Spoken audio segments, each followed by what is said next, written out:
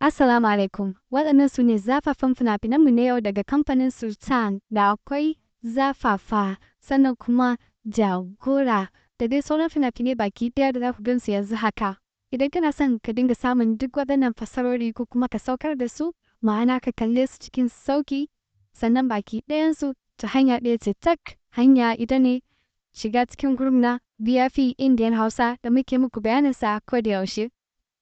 Maganar gaskiya in ka shiga wannan group din duk waɗannan fina-finan Indiya da kake ganin tallansu kuma baka san ta yaya ka same su ba, to a cikin wannan group din inda ka ga mai ka shige shi magana ta tare. Idan kana son shiga kuwa shine ga number waya nan da kake gani akan wannan bidiyon, ka ɗauke ta ka yi magana a WhatsApp. Ka ce kana son shiga wannan group na BFE Indian Hausa da ke kan Telegram, za a gaya maka kuɗin da ake biya, da zaran ka biya kuɗin ka za a je a saka ka a cikin wannan group din. Kana shiga magana ta ƙare duk wasu fina-finan Indiya ma da suka fita baka gansu ba,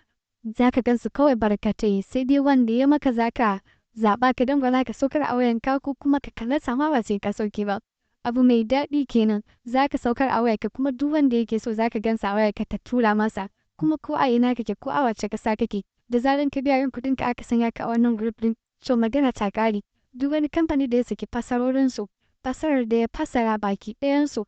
Algaita ne, Al-Hussein, Sultan, D-Love, Yusuf Zamani Record, Mega, duk wani kamfani da kun sai yana fassara fina-finan Indian Hausa. To da zaran ya fassara fina-finansa ya sake su baki ɗaya za ku ga zuba su a wannan group din.